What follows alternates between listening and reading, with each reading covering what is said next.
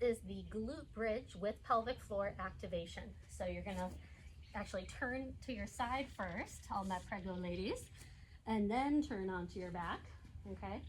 And then feet are gonna be hips width distance flat on the floor. We're gonna just have our arms down by our side, and we're gonna bridge up into our full hip extension.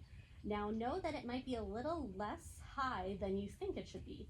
So we're gonna just go up until we feel our glutes engage and the front of our hips lengthen, but I want you to try to avoid really pressing up with the rib cage and your T-spine going into extension.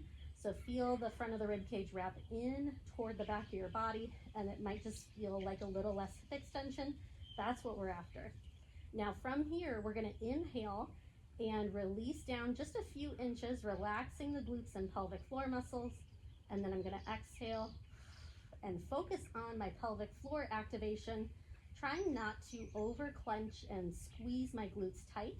They're just going to naturally engage as I press up into my full hip extension, but we want to avoid that over clenching sensation and that real like tightening glute sensation, because that can cause pelvic floor dysfunction. So we're focusing on the gentle engagement of the pelvic floor muscles as we exhale and come up, and then inhale, everything releases.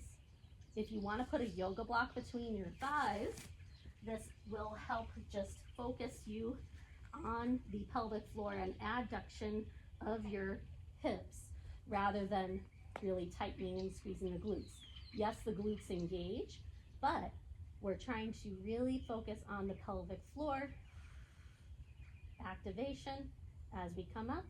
Inhale, release, and you'll go for the designated amount of reps and then lower all the way down. And make sure to turn to your side before you come up.